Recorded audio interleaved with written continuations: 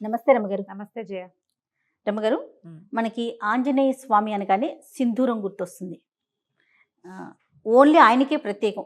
మనం ఆ కలర్ ఇంకెక్కడా చూడం. ఆంజనేయ స్వామికి సింధూరానికి ఉన్న సంబంధం ఏంటండి? మనం కరెక్ట్గా నాకు మీ శారీ కలర్ ఇంచుమించుగా అదే అనిపిస్తుంది. సింధూరపు రంగు. ఈ గండ సింధూరాన్ని స్వామికి, ఆంజనేయ స్వామికి సమర్పిస్తారు. చాలా ప్రత్యేకమైన సేవ. ఆయన దేవాలయాల్లో అది ఇస్తారు, అది పెట్టుకుంటాం, అది వదలదు. అవును, దేవాలయంలో ఓ పక్కన అద్దం పెడతారు, అద్దం దగ్గర అంతా అవే మరకలు కనపడుతుంటాయి, వేలు నుంచి వదిలిపెట్టదు. నూనె వేసి రంగరిస్తారు, నువ్వుల నూనెతో రంగరిస్తారు. దీనికి పురాతన కాలం అంటే మనకు తెలిసి మన తాతల నాటి నుంచి కూడా ఆంజనేయ స్వామికి సింధూరానికి ఏమైనా సంబంధం ఉంది. ముందు కాలంలో ఏం చేసేవారో తెలియజేయ. అసలు ద్వాపర యుగంలో ఆంజనేయ స్వామికి ఏదైనా పూజ చేశారు అనే పాయింట్లు కూడా మనం వినం. మహాభారతమే కదా మనకి ద్వాపర యుగంలో ప్రమాణం.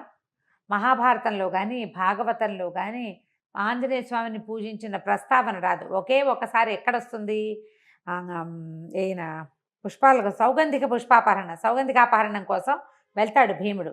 అప్పుడు ఆయనకి ఆ గంధమాదన పర్వతం మీద ఈ ఆంజనేయ స్వామి కనిపిస్తారు. అప్పుడు వీళ్ళిద్దరూ ప్రార్థిస్తే అప్పుడు ఆయన ఆంజనేయ స్వామి ఏమన్నాడు, ఆయన భీముడి ప్రార్థనను అనుసరించి వచ్చి మీ రథం మీద కేతనంగా ఉంటాను అని చెప్పాడు. అర్జునుడి రథానికి జెండాగా ఉన్నాడు. జెండాపై కపిరాజు పద్యాలే ఉన్నాయి. అవును, ఆ కపిరాజు యుద్ధంలోనే కాకుండా వీళ్ళు మన విరాట పర్వంలో అర్జునుడు బృహన్నల వేషం నుంచి అర్జునుడి రూపంలోకి వస్తాడు కదా, అప్పుడు వచ్చి బృహత్కపి వచ్చి కూర్చున్నాడు రథం మీద అని చెప్తారు మహాభారతంలో. కపి వచ్చేసాడట, ఆంజనేయ స్వామి వచ్చి యుద్ధం అనగానే అర్జునుడి రథం మీద ఉండాలి, వచ్చి కూర్చున్నాడు అని చెప్తారు. అవి తప్ప ఆంజనేయ స్వామి సేవాకాలాలు మనం అసలు చూడం. కానీ మనకి కలియుగంలో మన ముందు తాత ముత్తాతల నాటి నుంచి ఆంజనేయ స్వామిని సేవించడం ఉంది. కాలక్రమంగా రకరకాల కథలు వెలుగులోకి వచ్చాయి. పరాశర సంహితలో ఒక ప్రత్యేకమైన కథనని చెప్తారు ఆంజనేయ స్వామి సింధూరము కాంబినేషన్ మీద. ఎందుకు వీళ్ళిద్దరికీ ఈ సంబంధం ఉంది అని. మన రావణ వధ అనంతరం పట్టాభిషేకం జరిగింది సీతారాములతో పాటు. ఆంజనేయ స్వామి కూడా వీళ్ళంతా వచ్చారు. ఓకే, ఆంజనేయ స్వామి, సుగ్రీవుడు, తార, అంగదుడు, రుమ వాళ్ళే కాకుండా మళ్ళీ విభీషణుడు, జాంబవంతుడు అంతా కూడా శ్రీరామ పట్టాభిషేకం చూడడానికి ఇక్కడికి అయోధ్యకి తరలి వచ్చారు. చాలా కాలం ఆంజనేయ స్వామి సీతారాముల సేవలోనే ఉన్నాడట. అయితే ఒకనాడు ఆయన వచ్చేసరికల్లా సీతాదేవి సింధూరం పెట్టుకుంటాడు, బొట్టు పెట్టుకుంటుంది. అప్పుడు పాపిట్లో బొట్టు, సీమంతంలో బొట్టు పెట్టుకోవటం మన విధానం కదా. అంటే ఇప్పుడు మనం రామాయణ కథ అంతా నార్త్ ఇండియా కథగా మనం చెప్పుకుంటాం. వాళ్ళకి పాపిట సింధూరం చాలా ముఖ్యం ఆ ప్రాంతం వారికి.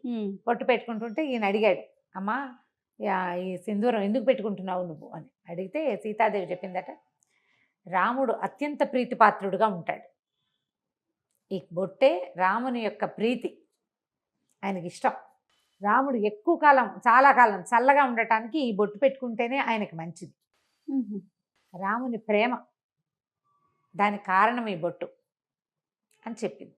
ఈయన ఆలోచించుకున్నాడు, ఈవిడ ఒక్క చిటికెడు బొట్టు పెట్టుకుంటేనే ఈవిడ తప్పిపోతే రాముడు ఎంత దుఃఖపడ్డాడు. ధీరోదాత్తుడైన వాడు, మామూలు వాడు కాదు, మహావీరుడు. ప్రపంచంలో ఉన్న వీరులందరినీ తోసిరాజనగలిగిన వాడు.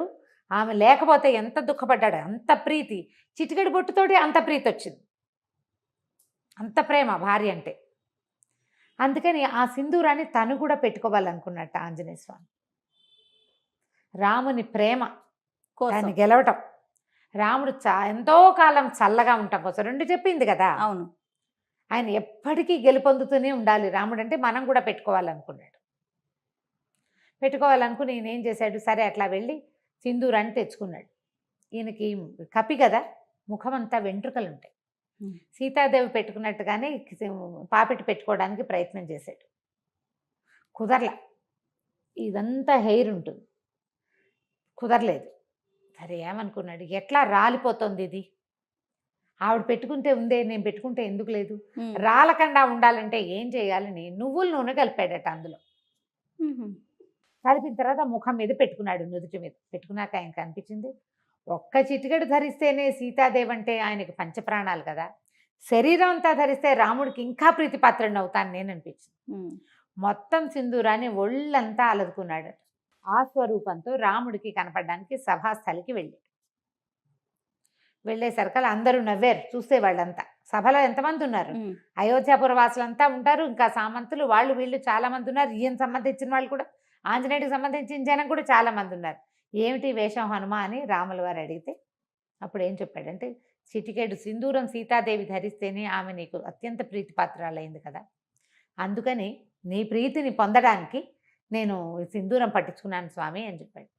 ఆ మాటకి చాలా సంతోషించాడట శ్రీరాముడు. ఎవరైతే ఆంజనేయుడికి సింధూరం పెడతాడో వాడు నాకు అత్యంత ప్రీతిపాత్రుడు. ఏ ఇంట్లో ఆంజనేయుడికి సింధూరాన్ని ఇస్తారో వాళ్ళ ఇంట్లో నేను ఉంటాను. రాముడు మనతోటి ఉంటే ఏమిటి తక్కువేమి మనకు, రాముడు ఒక్కడుండు వరకు అన్నారు త్యాగరాజు. ఆయన ఉంటే ఏమీ తక్కువ లేదు, అన్నీ ఉన్నట్టే, సర్వం ఉన్నట్టే, భగవంతుడు మనతోటి ఉండటం. దాంతో అప్పటి నుంచి ఆంజనేయ స్వామికి సింధూరం ఇవ్వటం ఒక పద్ధతిగా మారింది. ఆయనకి సింధూరం ఎక్కించటం అనేది ఒక సేవ ఉంటుంది. మంగళవారాలు కొన్ని దేవాలయాల్లో స్వామికి సింధూరం మొత్తం పట్టిస్తారు. ఏవైనా ఆర్థిక సమస్యల్లో ఉన్నవాళ్ళు ఒక తెలియని కారణాలతోటి ఇబ్బంది పడతారు. అంతా వ్యాపారం నడుస్తుంటుంది, ఏవో ఇబ్బందులు వస్తాయి, పిల్లలు పెళ్ళిళ్ళు కుదురుతాయి, ఏవో ప్రాబ్లమ్స్ వస్తాయి, అన్నీ బాగానే ఉంటుంది, ఏమిటో ఇబ్బంది, తెలియని కారణాలు ఉంటాయి వాటికి. అవి తీరటానికి సింధూరం ఎక్కించాలంటారు.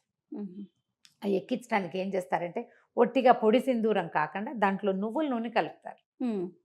నూనె కలిపిన సింధూరం ఇంకా వదిలిపెట్టదు, అందుకే అది జిగురు. అవునవును, జిగురుగా ఉంటుంది కదా. అయితే ఈ గంధ సింధూరము, ఆ సింధూరపు దాన్ని తయారు చేసే రాళ్ల వల్ల ఈ నువ్వుల నూనె కలిపితే కొన్ని చోట్ల మోకాళ్ళ నొప్పులకి వాటికి వైద్యంగా కూడా నార్త్లో వాడతారట. దాన్ని ఎక్కువ కాలం వృద్ధాప్యం రాకుండా ఉంటుంది సింధూరం అలదుకుంటే అని చెప్తారు. కానీ శరీరం అంతా సింధూరం పట్టించుకొని మనం ఎక్కడ ఉంటాం, ఉండలేకపోతాం కదా. కనీసం సంవత్సరానికి ఒకసారైనా ఆంజనేయ స్వామికి ఈ సేవ జరిపిన వాళ్ళు అకాల మృత్యువు దరిచేరదు వాళ్ళని. ఏడాదికి ఒక్కసారి మనమే స్వయంగా అలంకరించగలిగితే మంచిది, అవకాశం ఉంటే.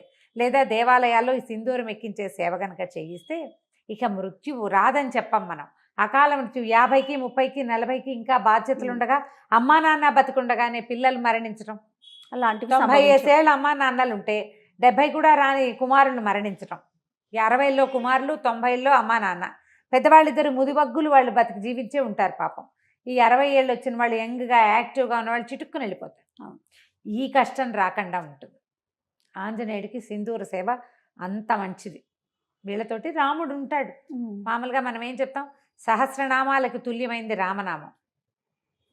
అదే కదా, శ్రీరామ రామ రామేతి రమే రామే మనోరమే సహస్రనామ తత్తుల్యం రామనామ వరానని.